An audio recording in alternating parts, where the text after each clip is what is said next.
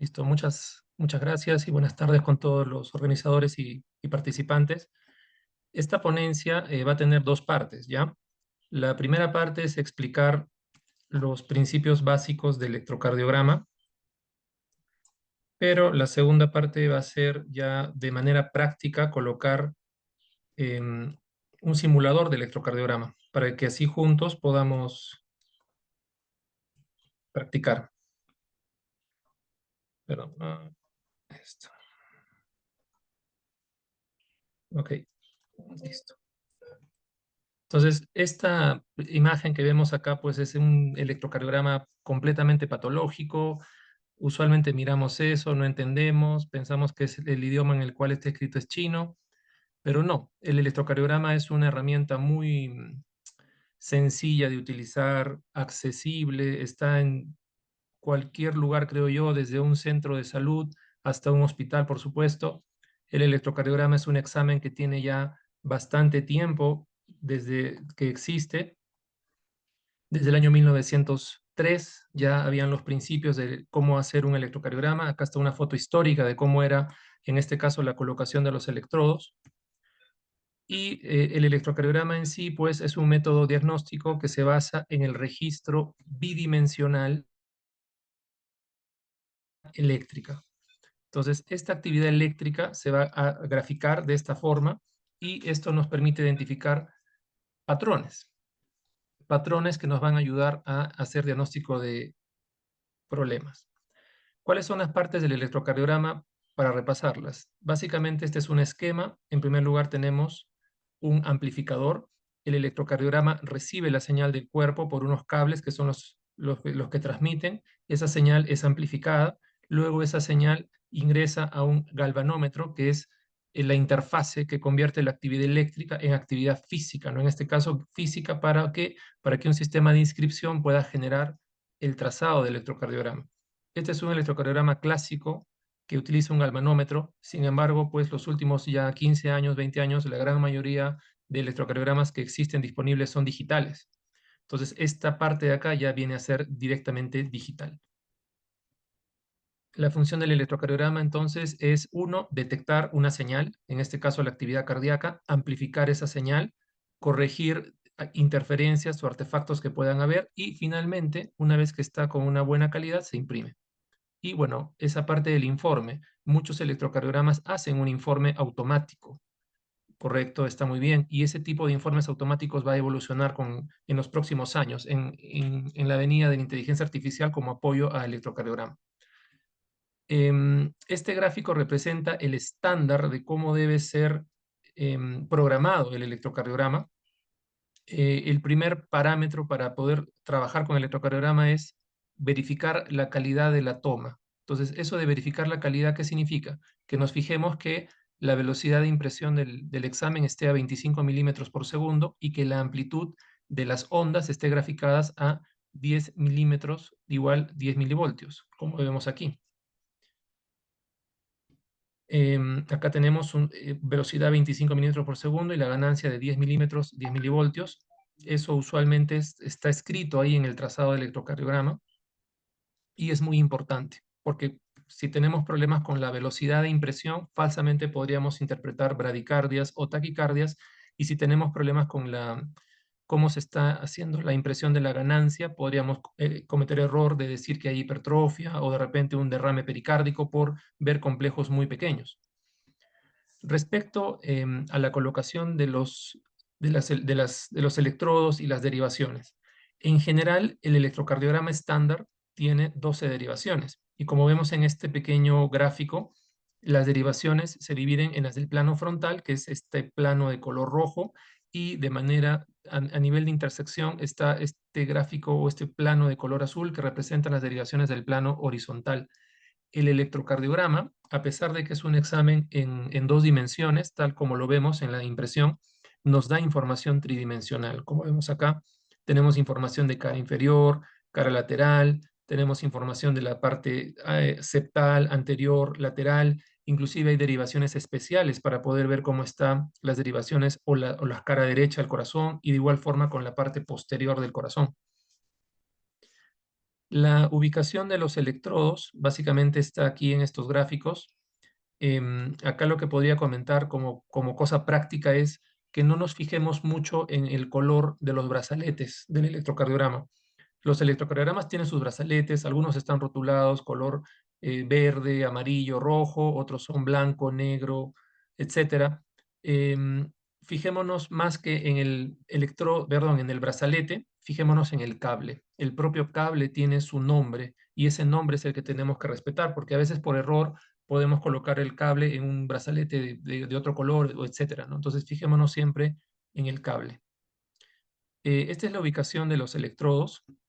Básicamente, para no olvidarnos, los electrodos deben ser colocados en dos sitios nada más: cuarto espacio intercostal y quinto espacio intercostal, nada más. Solo acordémonos de cuarto espacio y quinto espacio intercostal. A nivel del cuarto espacio intercostal tenemos aquí al esternón y tenemos el primer punto, que es a nivel paraesternal derecho, luego paraesternal izquierdo. Tenemos el quinto espacio intercostal a nivel de línea medio clavicular. Acá se coloca la derivación B4. Entre la derivación B2 y B4, en ese punto medio va la derivación B3. En la línea axilar anterior va B5 y la línea axilar media va la derivación B6. Acá, ¿cuál es el comentario práctico? El comentario práctico es qué pasa con las mujeres. Mujeres, de repente, que tienen tejido mamario muy abundante. Ahí sí, quizás no vamos a ser tan estrictos de respetar esto. Ahí la recomendación es que tendríamos que colocar estos electrodos por debajo de la mama, ¿no? O sea, en el borde inferior de la mama, para que así la señal sea buena. Porque si colocamos esto encima de tejido mamario y si este es muy abundante, la señal va a ser mala, ¿ya? La calidad del examen va a ser mucho peor y, reitero, la recomendación es colocar esto en el borde inferior de la mama. Esta es un gráfico para mostrar la ubicación de las derivaciones especiales. ¿Cuáles son las especiales? Son las derechas. Como vemos acá, son la imagen en espejo. Se coloca de igual forma la derivación B1 y la derivación B2, y ya en espejo se coloca la derivación B3R, B4R, B5R y B6R. La B4R está en línea medio clavicular, B 5R línea axilar anterior y B6R en línea axilar media, pero del lado derecho. Ahora, si es que hacemos esto, el electrocardiograma, ¿no? Al momento de apretar el botón, no va a poner ahí que eso se trata de B4R o 5R, no, eso ya manualmente lo tiene que hacer el operador, ¿no? O sea, si una persona está tomando derivaciones derechas y una persona ha puesto los electrodos así, uno ni bien imprime el electrocardiograma, tacha lo que dice B3, B4 y pone, ¿no? B3R, B4R, B5R. Entonces uno tiene que hacerlo por si acaso.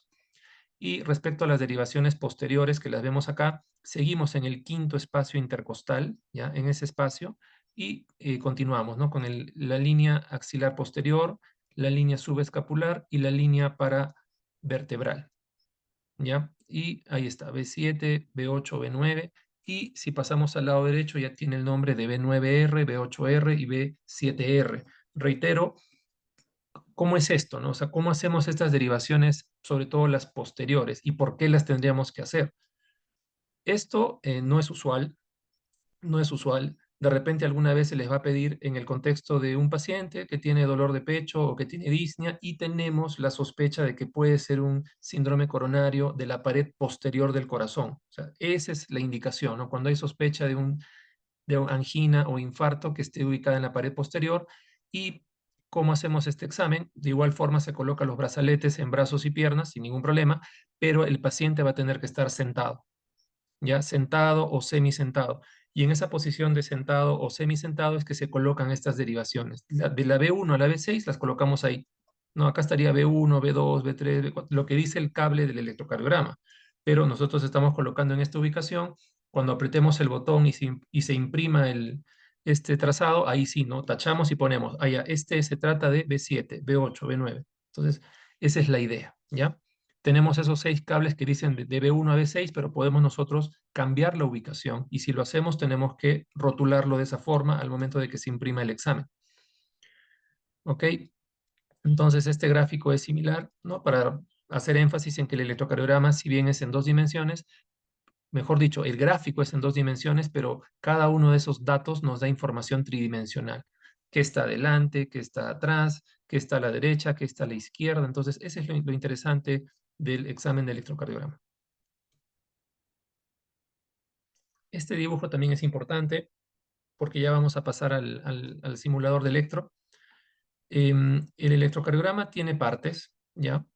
Y estas partes son simples, ¿ya? Tenemos ondas, las ondas, tenemos dos nada más, la onda P, la onda T principalmente, tenemos un complejo que es el complejo QRS y tenemos líneas, líneas rectas. La línea recta que une una onda por ejemplo, en este caso el complejo QRS se llama segmento y en este caso es segmento PR. Tenemos otra línea que une el punto J, que es cuando termina el QRS con la onda T, ese se llama segmento ST. Y tenemos una tercera línea que está acá, y esa línea es la que une la onda T con la onda P y se llama segmento TP. Entonces, ¿cómo es el electrocardiograma? Básicamente son dos ondas, la onda P, la onda T. Tenemos tres segmentos, el PR, segmento ST, segmento TP, y tenemos un complejo, que es el complejo QRS. ¿Ya? El intervalo, como dice acá, el intervalo es la unión de una onda con un segmento. Entonces, solo tenemos dos intervalos nada más. Tenemos el intervalo PR, que es la unión de la P con el segmento PR. Este intervalo PR sí nos importa porque nos ayuda a ver si hay problemas de bloqueos de auriculoventriculares. Y el segundo intervalo que tenemos aquí es este, el intervalo QT. El intervalo QT inicia con el complejo QRS y termina con la onda T. Entonces, sencillo, tenemos dos intervalos, el PR y el QT. Recomendaciones que podría hacer acá. La recomendación es esto. A veces hay problemas para identificar si el ST está elevado o no está elevado, ¿no? Para ver si hay un problema de síndrome coronario o de repente un tema de pericarditis. Todo depende del punto J que está acá. Entonces, para poder identificar si ese punto J está hacia arriba o está hacia abajo, lo más sano es trabajar con esta línea de acá, el segmento TP. Ponemos una regla, ¿no? Y comparando este segmento TP con el siguiente, ¿no? Ahí, al trazar esa línea, nos daremos cuenta que justo en el medio va a caer el punto J y ahí veremos, ¿no? Si está elevado o no está elevado. Ya. Acá también hay cosas que comentar, que son los artefactos. Eso también va a pasar, muchísimo. Hacemos todo bien, ponemos los electrodos, todo fantástico, pero el electrocardiograma sale de esta manera. Este artefacto puede hacer confundir con arritmias. La arritmia más, digamos, que nos puede hacer confundir es con la fibrilación auricular, pero esto es por temblor muscular. Ahora, ¿quién tiene temblor muscular? Por supuesto, los pacientes que son muy ancianos, los pacientes que tienen enfermedad de Parkinson también. Hay pacientes que tienen enfermedad de Parkinson y el electrocardiograma sale así. Es difícil interpretarlo, no lo voy a negar, pero es así. O sea, es así. O sea, ustedes tendrían que poner ahí en el electrocardiograma observaciones, ¿no? Paciente con temblor esencial. Observación, paciente con enfermedad de Parkinson, ¿no? Para que así no se les diga, no, está mal tomado. No, sí está bien, pero el paciente es así. Entonces, por eso les comento, ya existe ese artefacto, ¿no? Ponen observaciones, artefacto por temblor muscular del paciente. Listo. Este es otro artefacto.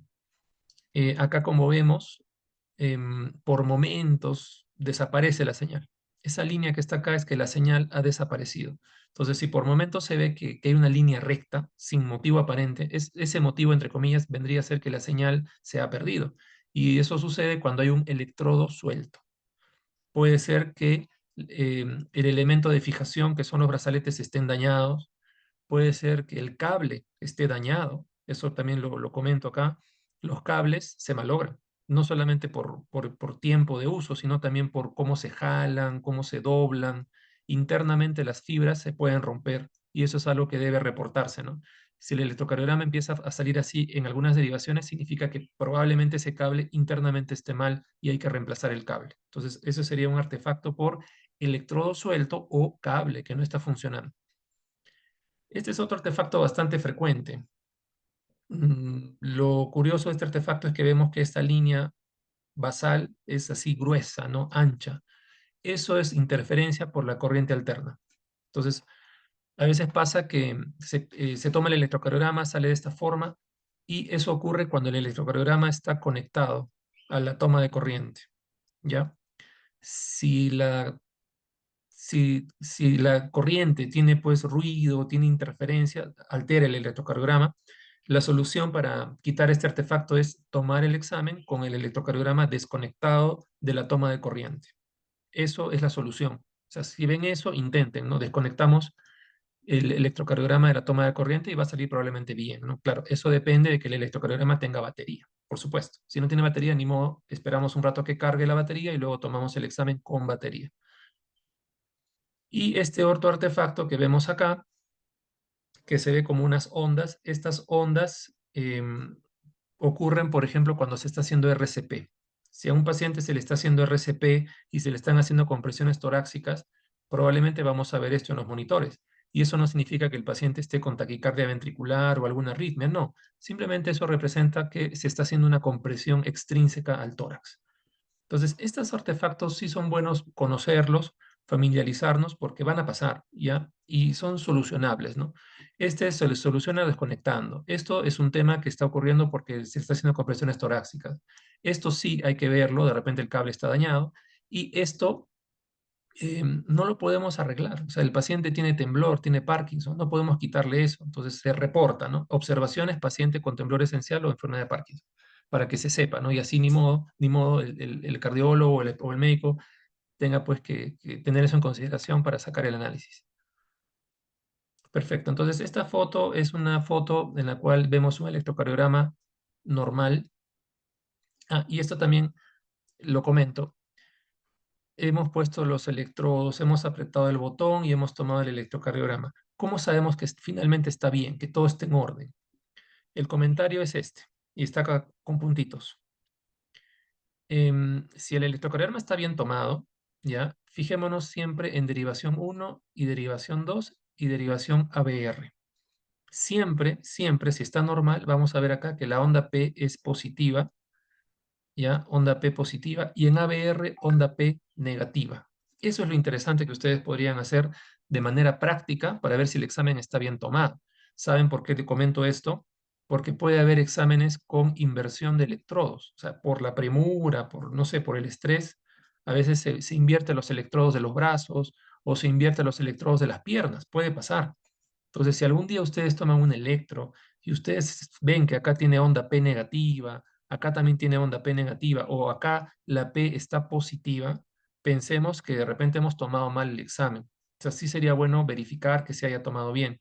Si ustedes verifican, ya, si realmente se ha verificado que está bien colocados los electrodos, todo está correcto, y el electrocardiograma sigue saliendo con esas alteraciones acá, correcto, no hay ningún problema. Eso ya es una arritmia que tiene el paciente, no hay problema, pero sí, digamos, sería una señal de alarma para verificar que esté bien colocados los electrodos. Puede haber errores.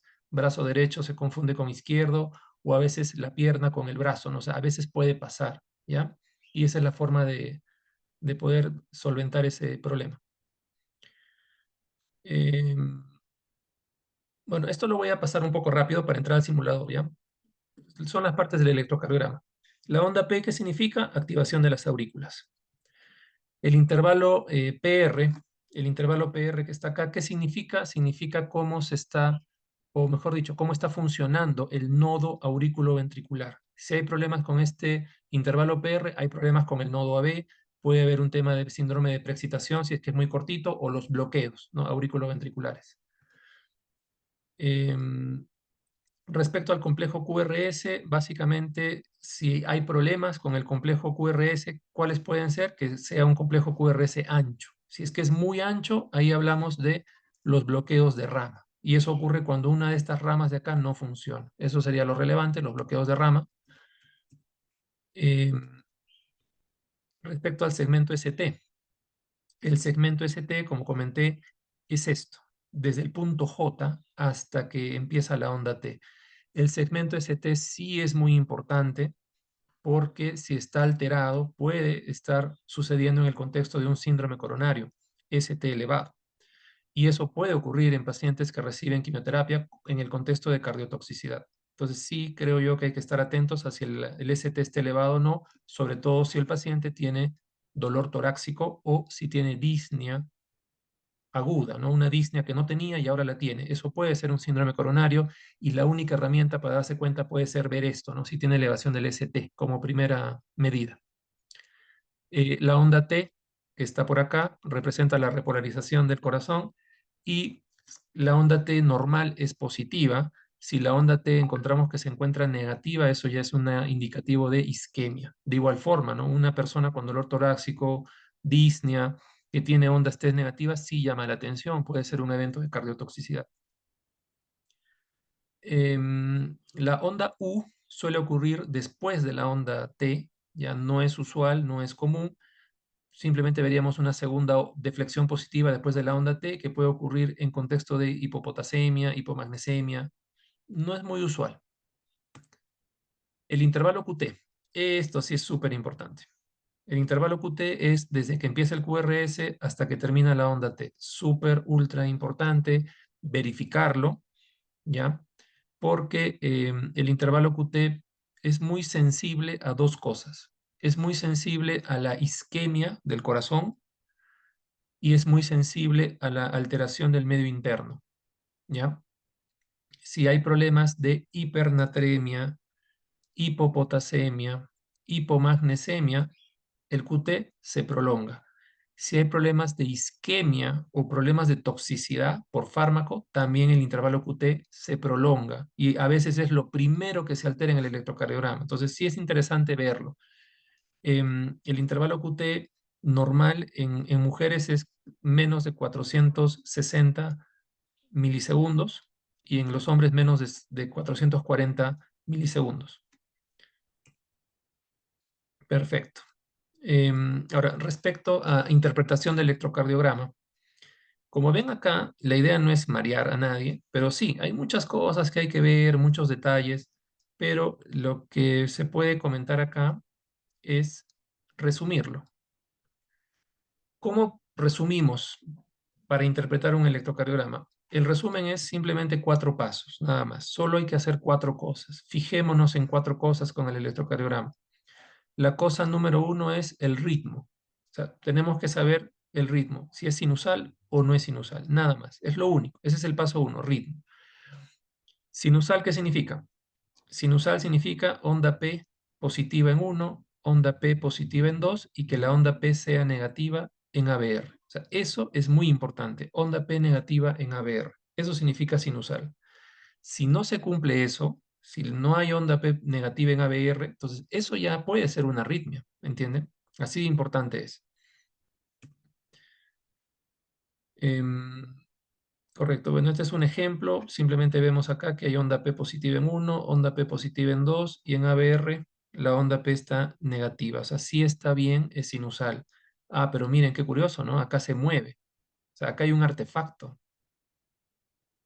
Acá como que el paciente se está moviendo, ¿no? Hay un poco de temblor. Entonces, bueno, es un artefacto por temblor, pero en realidad el paciente sí tiene onda P, ¿no? Entonces, por ejemplo, acá sí es sinusal. Em, Respecto a la frecuencia cardíaca, también la podemos sacar rápidamente.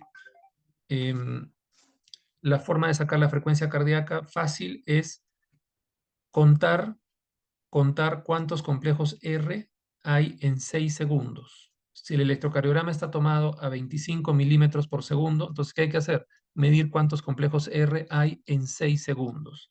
Si se hace eso, listo, con eso está la frecuencia cardíaca. Se multiplica esos latidos, que son en 6 segundos, por 10, ¿no? Y ahí estaría la frecuencia cardíaca. Perfecto. Ya. El segundo punto importante que hay que ver con el electrocardiograma, como paso número 2, es verificar si hubiera trastornos de conducción, ¿ya? Entonces, paso 1 es el ritmo, paso 2 es trastorno de conducción. ¿Y qué cosa es trastorno de conducción? Uno es ver cómo está el intervalo PR, si está corto, eso es un síndrome de preexcitación, y si está prolongado, sería un bloqueo. El valor normal del intervalo PR es de 0.12 a 0.20 segundos, traducido en milímetros, ¿no? De 3 milímetros a 5 milímetros. Menos de 3 milímetros, síndrome de preexcitación. Si está más de 5 milímetros, correcto, eso ya puede ser un bloqueo AB y eso ya es una alteración. Eso, listo. ¿Qué otro problema es lo de conducción? Ver cómo está el complejo QRS. Como comentaba, si el complejo QRS es muy ancho, eso ya se interpreta como un bloqueo de rama. Ese es el paso número 2, ¿no? Si hay trastorno de conducción. Ahora, como paso número 3, grande que hay que ver en el electro, es la carga isquémica.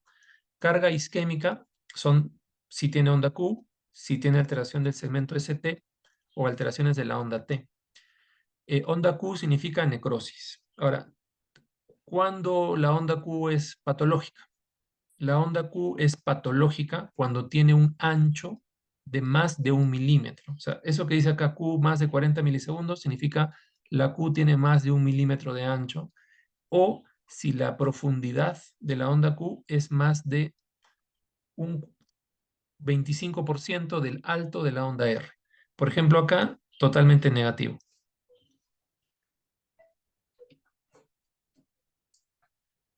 Correcto. Otra parte que nos ayuda para ver carga isquémica es la alteración del segmento ST. El ST puede estar elevado o puede estar con infradesnivel. ¿Cuándo decimos que está elevado? Si es que está más de 1 milímetro. Más de 1 milímetro es patológico.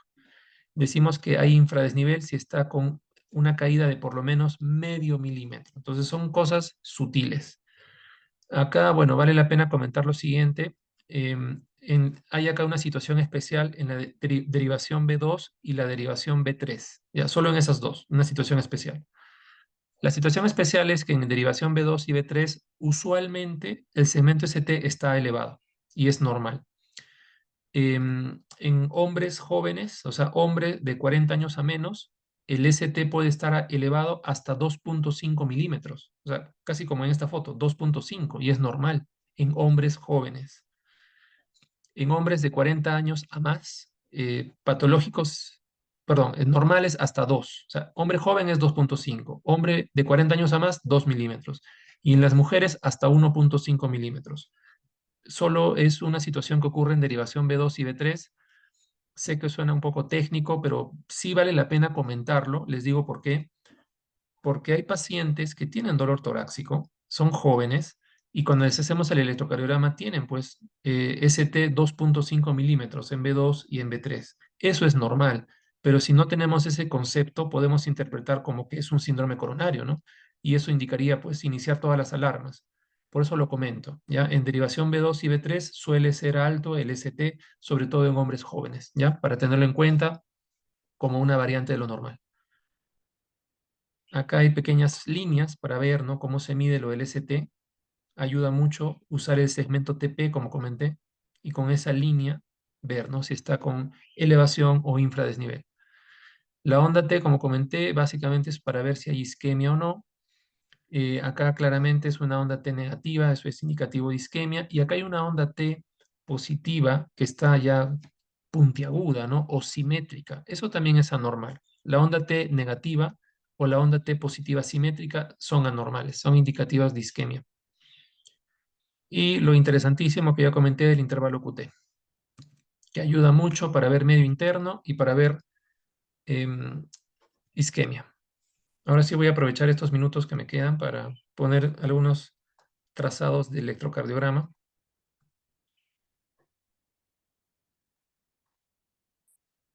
A ver esto. Acá. Listo, compartimos esta pantallita. Ok. Bueno, ¿se mira esto de acá? Sí se logra visualizar, doctor. ¿No se mira? Sí, sí se mira muy bien. Así se mira, ok, perfecto. Miren, acá ya vamos a hacer cosas súper prácticas, cosas interesantes. Interpretación de ritmos. Esto que están viendo acá es tal cual se ve en un monitor. En un monitor tenemos usualmente la derivación 2 y esto en general siempre está a 25 milímetros por segundo. En derivación 2, si es que vemos que la onda P es positiva, perdón, discúlpame, ¿se ve el puntero de mouse que estoy moviendo acá? No, no, Sí, doctor, sí se mira. el puntero, perfecto. Entonces, onda P positiva en derivación 2, eso es indicativo de que es sinusal. Ok, entonces empezamos con algunas arritmias muy curiosas. Y antes de presentar arritmias, les cuento, ¿no? ¿Qué cosa es una arritmia? Ah, ok, esa pregunta está muy bien. ¿Cómo hacemos electrocardiograma en paciente que tiene amputación de los miembros? Se coloca el brazalete a la altura de la amputación. O sea, si por ejemplo no tiene, qué sé yo, de la rodilla para abajo, colocamos en el muslo, ¿no? Y en el otro lado colocamos a la misma altura, ¿ya? A la misma altura. Si el tema es el brazo, qué sé yo, hay un muñón a nivel del hombro, correcto. Colocamos en el hombro y en la otra extremidad colocamos a la misma altura en el hombro. Es lo que había que hacer para que sea simétrico. Ya. Las arritmias básicamente son dos cosas. Problemas en la generación del impulso. En caso que no, mira, si no tiene mama, no hay problema, ¿no? Ahí sí respetamos simplemente la ubicación anatómica, ¿no? Colocar a nivel, los electrodos que van en cuarto espacio intercostal y quinto espacio intercostal. No hay problema, o sea, no hay problema. Claro, si hay heridas, si hay bolsas, si hay gasas, no, ni modo, tenemos que colocar a un costadito. Pero no habría mayor problema. Miren, acá en esto que estamos viendo acá, veamos que por momentos se detiene el corazón. Acá, miren, se ha detenido. Ahí también. Entonces, este es el ritmo normal, ¿no? Pero por momentos deja de funcionar. Se detiene, deja de haber latidos. Este espacio de tiempo donde no hay latido, eso se conoce como pausa, ¿ya? ¿Y qué es lo que llama la atención acá, ¿no? Que debería haber onda P.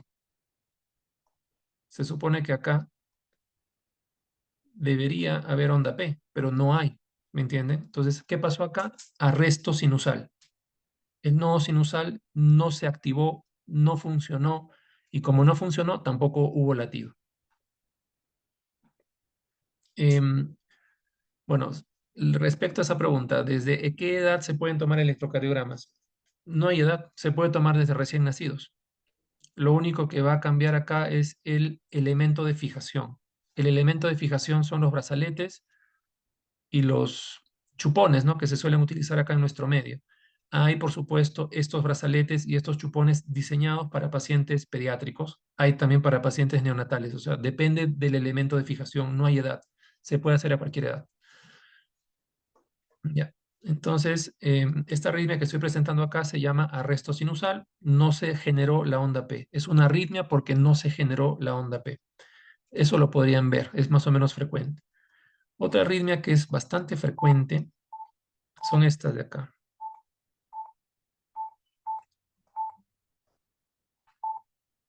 Miren acá, eso les va a pasar. Ruidos cardíacos irregulares. Ya, voy a poner pausa. Listo. Entonces acá veamos que el intervalo de tiempo entre cada latido es este. Ese es el ritmo de base del paciente, 77, 78 latidos, pero hay momentos en los cuales eh, el latido se adelanta. O sea, donde he marcado, ahí es donde correspondía, ¿no? Pero este de acá se adelantó.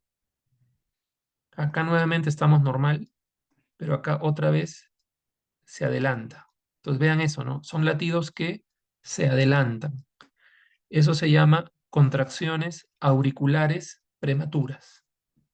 Es una contracción auricular porque tiene onda P y ha sucedido de manera prematura a lo que corresponde. Eso es bastante frecuente como arritmia, contracciones auriculares prematuras.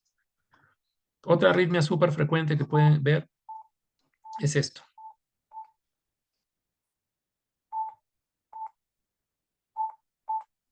Ya, acá, bueno, acá está un poco medio complicado este electro, lo voy a explicar. Acá, ¿qué ritmo tiene el paciente? Tiene ritmo sinusal, porque tiene onda P positiva en derivación 2. El intervalo de tiempo normal entre los latidos es este. Este es el intervalo de tiempo normal, 80. Acá correspondía que el latido sea aquí, pero se ha adelantado. Y en este caso, lo que se ha adelantado es un complejo QRS ancho, ¿no? Grande, ancho. Y ese complejo ancho no tiene onda P. Entonces, ¿qué es esto? Esto es una contracción ventricular prematura. O sea, es muy parecido a la anterior, una contracción ventricular prematura. Entonces, existen contracciones auriculares prematuras y también existen contracciones ventriculares prematuras. Ambas cosas son bastante comunes en los pacientes, ¿ya? Pueden haber. Sí son arritmias, pero cuando son ocasionales no hay, digamos, mayor problema. ¿Ya? Entonces, estas son arritmias por alteración de la generación del estímulo. Otra arritmia que les puedo mostrar y me parece importante es esta. Esto de acá. Esto es para que vean lo sutil que pueden ser las cosas. Digamos que tienen un paciente que está pues con muchísima alteración del medio interno, está con infección, está, qué sé yo, recibiendo quimioterapia, cosas, y de repente el paciente se queja, ¿no? Dolor de pecho, se queja de falta de aire, tomamos un electro y vemos esto, o al menos lo ponemos en monitorización. Entonces, ¿qué es lo que llama la atención acá? Aparentemente se ve normal, aparentemente, pero ahora que estamos haciendo zoom, veamos que cada onda P es diferente. Esta onda P tiene una forma bifásica, esta onda P es positiva, esta onda P es un poco más ancha, esta es delgada. Entonces, veamos que aquí hay distintos tipos de onda P y cada una de esas ondas P está generando una contracción ventricular. ¿Ok? Es una arritmia, eso no es sinusal, porque hay distintos tipos de onda P. Acá, ¿qué está pasando? De que el nodo sinusal probablemente sí funciona, pero otros lugares cercanos también están activándose y dando latidos. Y finalmente esto se llama ritmo auricular, ¿no? Porque hay onda P multifocal. Entonces, ritmo auricular multifocal es una arritmia. Ritmo auricular multifocal. Entonces, también es una arritmia curiosa. Muchas veces esta arritmia de auricular multifocal suele ser el inicio de esta otra, que esta creo que sí la voy a poner bien, es muy importante. Aquí en esta arritmia, la diferencia es que, bueno, o mejor dicho, similitud es que los ruidos o los latidos son irregulares. O sea, acá claramente es todo irregular y acá no vemos que hay onda P. O sea, acá hay una cosa como que se mueve. Eso definitivamente, claramente no es una onda P. Eso que se mueve por acá se llama ondas F minúsculas y eso ocurre en la fibrilación auricular. Entonces, eso que estoy mostrando acá es una fibrilación auricular. Esa arritmia también es súper importante que la reconozcamos todos, porque fibrilación auricular sí tiene implicancias, ¿no? La implicancia es que puede haber cardioembolismo. El paciente puede hacer un ACV, puede hacer un tromboembolismo pulmonar, entonces esto sí hay que reconocerlo 100%. Ya, esto es diferente a las contracciones auriculares prematuras, ¿no? Esto sí es más serio, ¿no? Porque implica cardioembolismo. Otra arritmia importante es el flúter auricular. El flúter auricular, veamos que tiene estas pequeñas ondas que parecen como pequeños dientes. Esas ondas se llaman ondas F mayúsculas. Entonces, el flúter auricular también puede ser irregular, ¿ya? Puede variar, puede ser irregular como estoy poniendo ahí. Y también este es de cuidado, ¿no? Si vemos un paciente con ruidos cardíacos irregulares y vemos que tiene esas ondas parecidas como a los dientes de una sierra, eso es un flúter, eso también es de cuidado, ¿no? Puede esto dar cardioembolismo. Ya, entonces hemos conocido acá la fibrilación auricular, el flúter auricular. Perfecto. Muy interesantísimo.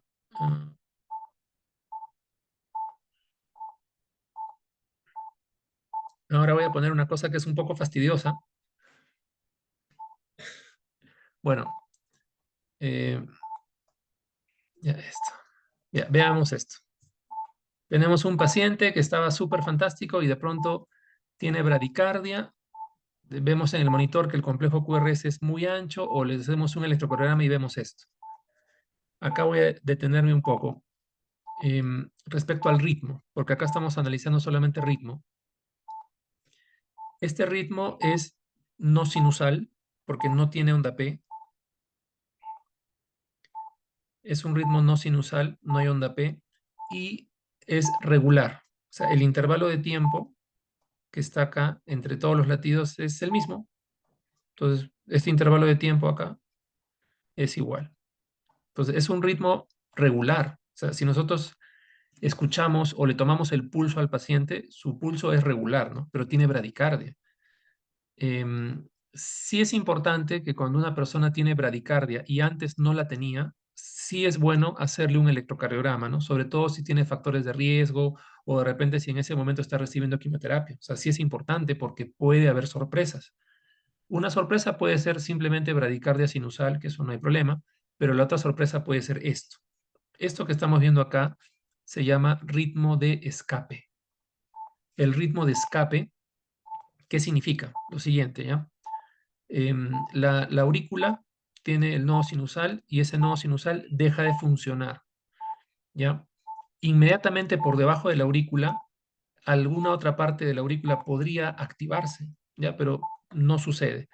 Si no se activa ninguna parte de la aurícula, ¿qué puede suceder? Que se active directamente una parte del ventrículo, ¿ya? Entonces, si una parte del ventrículo se activa directamente, eso se llama ritmo de escape ventricular, ¿no? Como en este caso. Entonces, eso también es una arritmia por alteración de la generación del estímulo, o sea, no se ha generado en el sinusal. Entonces, sí vale la pena los electros cuando haya bradicardias aparentemente sin motivo, ¿no? O que no había antes en el paciente. Entonces, reitero, arritmias, una gran parte son por alteración de la generación del estímulo y hay otras arritmias que voy a empezar a poner acá, que son por alteración de la conducción. ¿Qué significa conducción? Lo siguiente. Acá tenemos onda P y QRS, ¿no? Onda P, QRS, onda P, QRS. O sea, el ritmo del paciente sí es sinusal porque depende de la onda P, pero acá vemos que hay algunas ondas P como esta que no conduce, ¿no? Existe, pero no conduce, no generó QRS. Hay onda P y no conduce. Entonces, esto también es una arritmia, ya no por la generación del estímulo, sino es una arritmia por un trastorno de conducción. En este caso, aquí hay un bloqueo AB de segundo grado, así se llama, bloqueo AB de segundo grado, MOVIT 1. Bueno, es un nombre ya muy largo, ya, pero es un bloqueo AB. ¿Cómo nos damos cuenta? Porque tenemos intervalo PR aparentemente normal, intervalo PR que cada vez es más grande, mucho más grande, hasta que ya no conduce. Entonces, ese intervalo PR está cambiando en el tiempo hasta que ya no conduce. Ese es un bloqueo AB de segundo grado, MOVIT 1. Este es otro ejemplo. Acá el paciente también tiene bradicardia, está con 45 latidos. El ritmo es sinusal, porque todos los complejos QRS tienen onda P. Este QRS tiene onda P, este también, pero también vemos que hay otras ondas P que están acá y aquí. O sea, esta es onda P y onda P que no están conduciendo. ¿Ya? Entonces, acá, ¿qué está sucediendo? Que la aurícula funciona, ¿sí? La aurícula funciona y se contrae a una frecuencia más o menos de 120 latidos, pero de esas 120 contracciones de la aurícula, solamente está pasando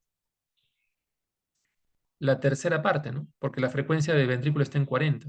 Entonces, acá hay un bloqueo y hay un patrón. El patrón es que acá no conduce, no conduce, acá sí. No, no, sí. No, no, sí. Entonces, eso, por ejemplo, también es una arritmia por un trastorno de conducción. En este ejemplo, esto se llama bloqueo AB de segundo grado, MOVITS 2. MOVITS 2 es cuando bruscamente deja de conducir. No, no conduce, no conduce, sí. Puede pasar en los pacientes, ¿no? Reitero, cuando hay bradicardia en un paciente, a veces sí es buena idea tomar un electro porque puede haber este tipo de problemas. Esta es otra arritmia por trastorno de conducción.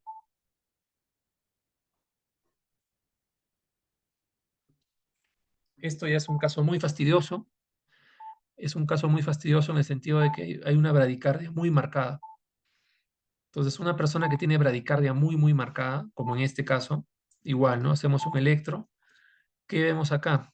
De que el ritmo que tiene el paciente es regular, o sea, sí es regular. O sea, ¿qué me refiero? ¿Qué significa regular? De que si medimos esto, es el mismo tiempo, ¿no? 30, 30, eso significa regular. Pero en este caso, esto no es sinusal, porque no depende de la onda P. Estos complejos QRS existen, pero no dependen absolutamente para nada de la onda P. Acá la onda P es esta. Acá hay una onda P que está oculta. Acá hay otra. Y acá hay otra más. Entonces, ¿qué está pasando acá? Que la aurícula funciona, se está contrayendo a 80 veces por minuto, pero el ventrículo también está funcionando, pero se contrae a un ritmo propio, ¿no? Que es 30. Acá, por ejemplo, hay una disociación entre las contracciones de la aurícula y las contracciones ventriculares. Cuando hay esa disociación, eso se llama bloqueo AB completo o de tercer grado. Ujú. Disociación, bloqueo AB completo de tercer grado.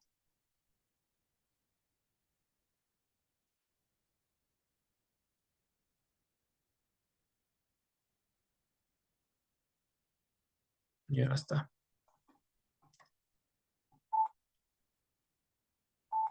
Otro trazado que es importante que veamos es los marcapasos. Esto que estamos viendo acá se trata con marcapasos. Ahora, entonces voy a ponerles algunos trazados de cómo se ve un marcapaso.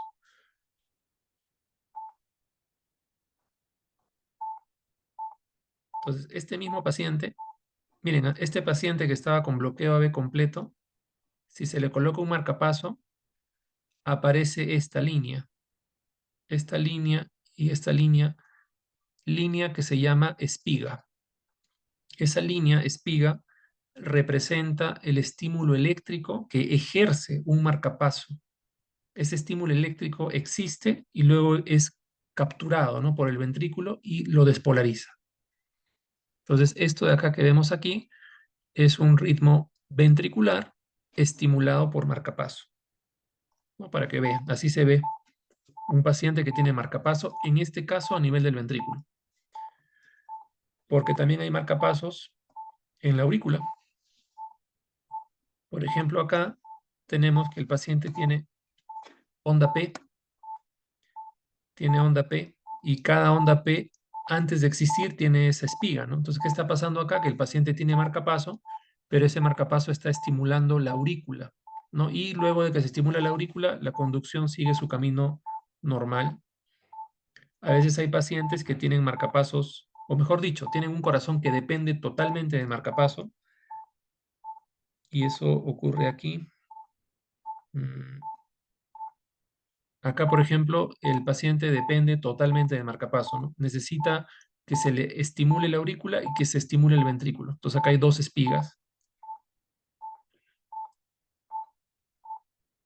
Y una cosa curiosa que puede ocurrir con los marcapasos es esta. Esto se conoce como pérdida de captura. Entonces, digamos que tienen un paciente que tiene marcapaso, le hacemos un electro o lo ponemos en el monitor y de pronto aparecen estas cosas. Miren, de pronto aparece esto, ¿no? Entonces, ¿qué está pasando acá? El marcapaso es un cable que está dentro del corazón y ese cable tiene que estar anclado, ¿no? Tiene que estar anclado en el corazón para que estimule. Pero a veces puede pasar que ese anclaje se pierde y el cable está flotando, está suelto. Entonces, el cable sigue mandando la corriente, pero como el cable está suelto, ya no choca al ventrículo, ya no lo estimula. Entonces, ¿esto qué significa? Pérdida de captura, ¿no? Un marcapaso que está ahí, pero que tiene pérdida de captura, ¿no? Por ejemplo, eso es para que conozcamos todos, veamos cómo es esto del marcapaso, las espigas y también inclusive arritmias que pueden tener los pacientes que tienen marcapaso, pérdida de captura. Ya, seguimos calentando motores. Esto de acá es una taquicardia, ¿ya?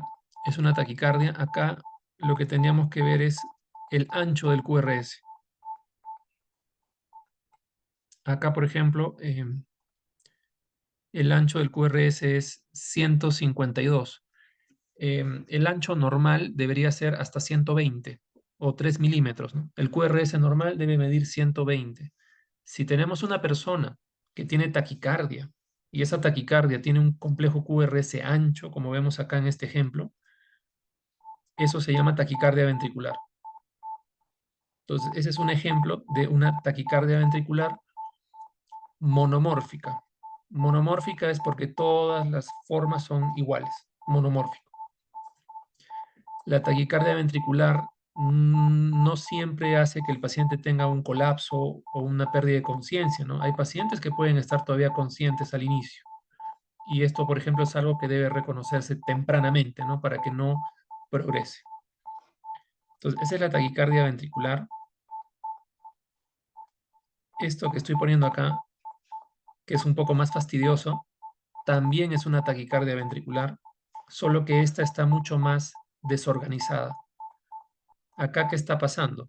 Que distintos lugares del ventrículo están generando latido, o sea, distintos lugares. El lado derecho, izquierdo, derecho, más arriba, más abajo. Entonces, eso se llama taquicardia ventricular polimórfica. Es una taquicardia más desorganizada.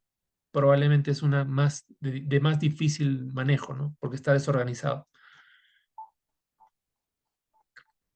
Y les presento una taquicardia ventricular que es muy importante que la conozcan, que se llama torcida de puntas. Eso se llama taquicardia ventricular entorcida de puntas. ¿Ya? Como ven acá, es curiosa porque es como una espiral, ¿no? Grande, chiquito, como una espiral. Entonces, esa taquicardia es muy especial, se llama taquicardia ventricular entorcida de puntas. ¿Y por qué es especial? Porque esta ocurre cuando el paciente tiene síndrome de QT largo, ¿ya? Cuando una persona tiene QT largo, y eso es un diagnóstico, síndrome de QT largo, la complicación principal que tiene es el desarrollo de taquicardia ventricular entorcida de puntas, que es la que estamos viendo acá.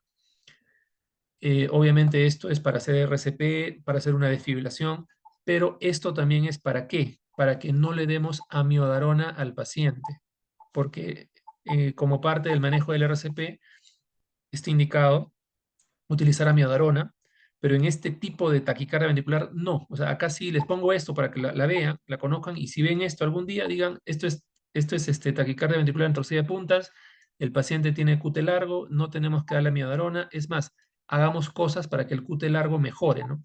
Dentro de esas cosas está de repente quitar algunos medicamentos, hacer corrección de electrolitos, ¿no? Entonces, esa taquicardia ventricular sí es importante verla. Esto que estoy poniendo a continuación se llama flúter ventricular. El flúter ventricular es una actividad muy desorganizada. Esto definitivamente es un paro cardíaco, ¿no? Que requiere, si vemos esto en el monitor, hacer una desfibrilación inmediata. Y esta es la fibrilación ventricular, ¿no? Estas dos últimas, o mejor dicho, todas las que he mostrado son los ritmos que son desfibrilables, ¿no? La taquicardia ventricular, que está por acá, eso es desfibrilable. Taquicardia ventricular monomórfica, la taquicardia ventricular polimórfica, la torcida de puntas y la fibrilación ventricular, ¿no? Entonces, todo eso que ya se ve como un garabato, sí, definitivamente esas son las arritmias que son desfibrilables.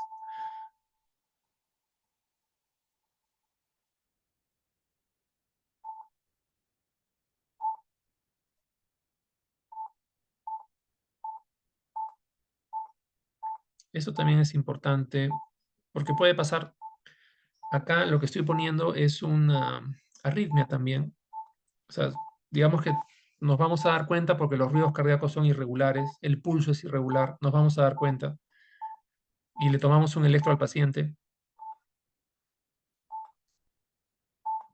Y acá, ¿qué es lo que llama la atención? Voy a poner pausa para comentarlo, ¿ya? Acá, por ejemplo, llama la atención esto. Acá hay un intervalo de tiempo muy grande y acá hay un intervalo de tiempo muy pequeño. Entonces, el paciente está ahí y por momentos el corazón se acelera y por momentos el corazón se pone lento, ¿no? Se acelera y se pone lento. Pero, pero, la onda P del paciente es la misma. O sea, el ritmo cardíaco sí varía, sí está variando, pero la onda P es absolutamente igual. ¿Ya? La onda P es igual. Entonces, ¿qué está pasando acá? Básicamente lo que tenemos aquí es una, se llama arritmia sinusal respiratoria. todas las personas cuando toman aire, al momento que el aire ingresa a los pulmones, en ese momento el corazón se acelera y cuando el aire sale en la expiración, el corazón late más lento. Entonces, eso es normal, eso es un reflejo del tono vagal, es muy común en niños, es muy común en personas que son muy deportistas, en personas mayores también puede verse. Entonces, igual, ¿no? Se cumple con hacer un electrocardiograma, en este caso se le ha hecho, y nos damos cuenta de que no es arritmia, digamos, patológica, ¿no? Sino es algo fisiológico, es una variante secundaria al tono, a la frecuencia respiratoria. Entonces, eso se llama arritmia sinusal respiratoria. También la pongo porque sí es común, es común y no es algo malo, ¿no?